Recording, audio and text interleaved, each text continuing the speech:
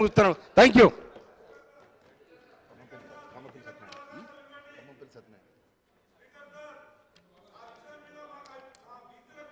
శ్రీ కవ్వంపల్లి సత్యనారాయణ గారు.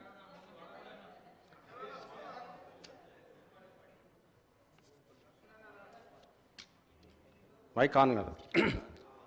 ధన్యవాదాలు అధ్యక్ష.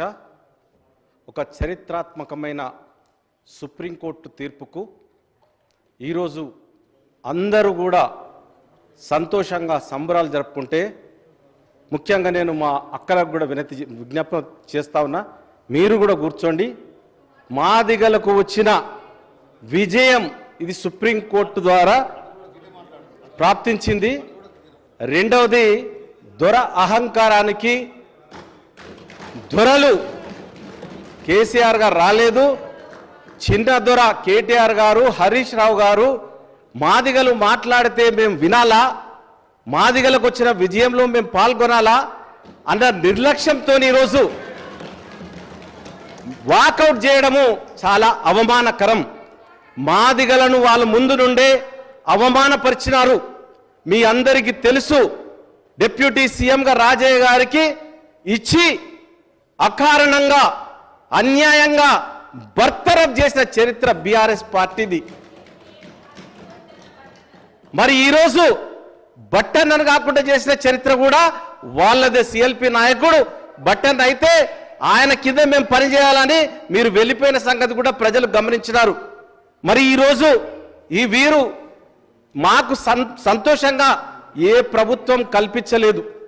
ఆనాడు తెలుగుదేశం ప్రభుత్వం మందకృష్ణ మాదిగ ప్రారంభించినటువంటి మాదిగ దండోర అణచివేతకు గురై ఎన్నో సంవత్సరాలు బాధపడి 1994లో జూలై 7న మాదిగ దండోరాను ప్రారంభించి మాదిగలకు మాదిగ అని చెప్పుకునే స్థైర్యాన్ని ఇచ్చినారు. అటువంటి ఆయనను కేసీఆర్ గారు అరెస్ట్ చేస్తారండి. అఖిల పక్షాన్ని వేస్తానని, అఖిల పక్షాన్ని ఢిల్లీకి తీసుకెళ్తానని, ప్రధానమంత్రితో కల్పిస్తానని చెప్పి ఆయనను ఏకంగా అఖిల పక్షం వేయమన్నందుకు జైలుకు చెంచల్గూడ జైలుకు పంపించినారు. చెంచల్గూడ జైలు ఆయన బిడ్డ పెళ్లి ఉన్నది, కనీసం బెయిల్ కూడా ఇవ్వని చరిత్ర ఈ బీఆర్ఎస్ పార్టీది. ఈ దొరల అహంకారానికి ప్రతీక. వారు ఈరోజు మళ్ళీ మాట్లాడకుండా, మళ్ళీ చెప్పకుండా వాకౌట్ చేయడము ఇది ఎంతవరకు సబబని నేను తెలియజేస్తా ఉన్నాను. ఇది చాలా చరిత్రలో చెప్పుకోదగ్గ సమయం. నేను అందరికి కూడా ఒకటే చెప్తా ఉన్నా, ఈరోజు మా యువతకు కూడా ఒకటే పిలిపిస్తా ఉన్నా. మా అన్నగారు నిజంగా కూడా చెప్పాలంటే మా గౌరవ ముఖ్యమంత్రి గారు మమ్మల్ని పిలిచి, ఇగో సుప్రీంకోర్టులో ఈరోజు 7 జడ్జెస్ యొక్క బెంచ్ ఉన్నది, ఈ తీర్పుకు మీరు వెళ్ళండి అని మా దామోదర రాజనరసింహ గారిని దానికి అధ్యక్షుని చేసి మమ్మల్ని అందరినీ పంపించి సుప్రీంకోర్టులో లూత్రా అనే అడ్వకేట్, ఖరీదైన అడ్వకేట్ను పెట్టి మా వాదనలు వినిపించి ఈరోజు ఈ యొక్క తీర్పు రావడానికి ప్రధాన కారకులైనటువంటి మా ముఖ్యమంత్రి గారు, మా మాదిగ పక్షపాతి రేవంత్ రెడ్డి గారికి చేతులెత్తి నేను దండం పెడతా ఉన్నా. నిజంగా కూడా హృదయపూర్వకంగా ఆయన తీసుకున్న నిర్ణయం ఇది. మమ్మల్ని అందరినీ పిలిపించి తన దగ్గర కూర్చోబెట్టి అడ్వకేట్ జనరల్ పిలిపించి 3 గంటలు ఆ జడ్జిమెంట్ విషయం లోపల మీరు సుప్రీంకోర్టుకు వెళ్ళండి, సుప్రీంకోర్టులో కూర్చోండి, సుప్రీంకోర్టులో వాదనలు మన వాదనలు వినిపించండి అని కాంగ్రెస్ పార్టీ నుండి వినిపించినటువంటి గొప్ప వ్యక్తి రేవంత్ రెడ్డి గారు. మరి ఈరోజు కంటి తొడుపు చర్యల్లాగా ఏదో చేసినాము, మేము నిర్ణయం చేసినాము, మా తరఫున మేము అని హరీష్ రావు గారు చెప్పినారు. మా మాటలు వినరాండి? మా సంతోషంలో మీరు పాల్గొనరా? అందురించి నేను ఒకటే మా యువత అందరికి కూడా నేను ఒకటే చెప్తా ఉన్నా, టిఆర్ఎస్ ఎమ్మెల్యేల అందరింటే ముందు చావు డప్పు రేపటి నుండి కొట్టాలని మాదిగ దండోరా నాయకులందరికీ కూడా నేను చెప్తా ఉన్నా. మాదిగ యువతకు నేను విజ్ఞప్తి చేసి చెప్తా ఉన్నా, ఇది చాలా సంవత్సరాల పోరాటం. మాదిగలు అణచివేతకు గురైనారు. మెడికల్ కాలేజీలో 14 సీట్లుంటే కనీసం 4 సీట్లు కూడా రాలేదు, ఉద్యోగాలు రాలేదు. మేము అన్నిటికీ దూరంగా ఉన్నాం, ఊరుకు దూరంగా ఉన్నాం, చదువుకు దూరంగా ఉన్నాం, ప్రతి విషయంలో కూడా మేము వెనుకబడి ఉన్నాం. కాబట్టి దయచేసి మేమందరం కూడా ఒక డిప్యూటీ సీఎం పదవిచ్చి ఏ విధంగా బర్తరఫ్ చేసినారో ఆ చరిత్ర ఒక్కసారి తెలుసుకోవాలని చెప్తా ఉన్నాం. తెలంగాణ వస్తే మాదిగ బ్రతుకులు బాగుపడతాయని తెలంగాణ ఉద్యమంలో డప్పు కొట్టింది, దరువు వేసింది, చావు డప్పులు కొట్టింది మాదిగలు.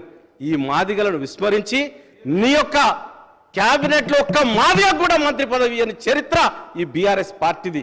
ఈరోజు గొప్పగా చెప్తా ఉన్నారు. ఈరోజు మా సంబరాలలో పాల్గొనకుండా వాకౌట్ చేస్తారు. చరిత్రహీనులుగా మీరు చరిత్రలో నిలిచిపోతారని తెలియజేస్తూ నాకు ఇచ్చిన ఈ అవకాశానికి నేను మరొక్కసారి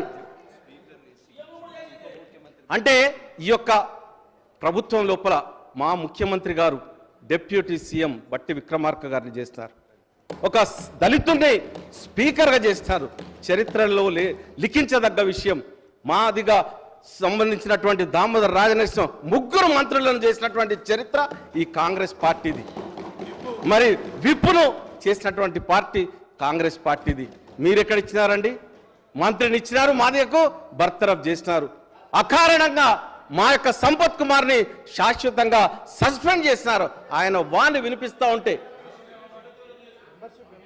మెంబర్షిప్నే రద్దు చేసినారు. ఇంకా మీరు మా గురించి మాట్లాడతారు, మీ వెంట లేరు. ఈసారి మాదిగల కాంగ్రెస్ పార్టీకి ఏకపక్షంగా ఉండి గెలిపించినారు. ఈరోజు వారికి ధన్యవాదాలు తెలియజేస్తూ ఈ సుప్రీంకోర్టు జడ్జిమెంట్ వచ్చిన సందర్భంగా ఇందిరమ్మ అప్పటి నుండి మా తాతల తండ్రుల దగ్గర నుండి కూడా మేము కాంగ్రెస్ పార్టీకే ఓటేసినాం. నాకు ఓటు వచ్చినప్పటి నుండి కూడా నేను నిలబడ్డప్పుడు తప్పితే ఎప్పుడు కూడా మా అమ్మ కూడా నాకు కాంగ్రెస్ పార్టీకి తప్పితే నేను ఓటు వేయబిడ్డ, నువ్వు నిల్చున్నా నేను రానని చెప్పింది. అంతటి గట్టిదనం ఉన్నటువంటి పట్టుదల ఉన్నటువంటి మాదిగలు వాళ్ళు. అందురించి ఈ సుప్రీంకోర్టు జడ్జిమెంట్ ఏ ప్రభుత్వమైనా క్లెయిమ్ చేసుకుంటుంది అనుకుంటే ఈరోజు మా బీజేపీ సోదరులు అంటున్నారు. మరి బీజేపీ సోదరులు మరి వాళ్ళు ఆర్డినెన్స్ తీసుకొచ్చి రిజర్వేషన్ ప్రకటించవచ్చు, కానీ ఇది సుప్రీంకోర్టు ఇచ్చిన తీర్పు అధ్యక్ష. కాబట్టి వారికి ధన్యవాదాలు తెలియజేస్తూ సహకరించిన ప్రతి ఒక్కరికి కూడా మనస్ఫూర్తిగా ధన్యవాదాలు తెలియజేస్తూ అభినందిస్తూ సెలవు తీసుకుంటాం. థ్యాంక్ యూ అధ్యక్ష. శ్రీ వేముల వీరేశం.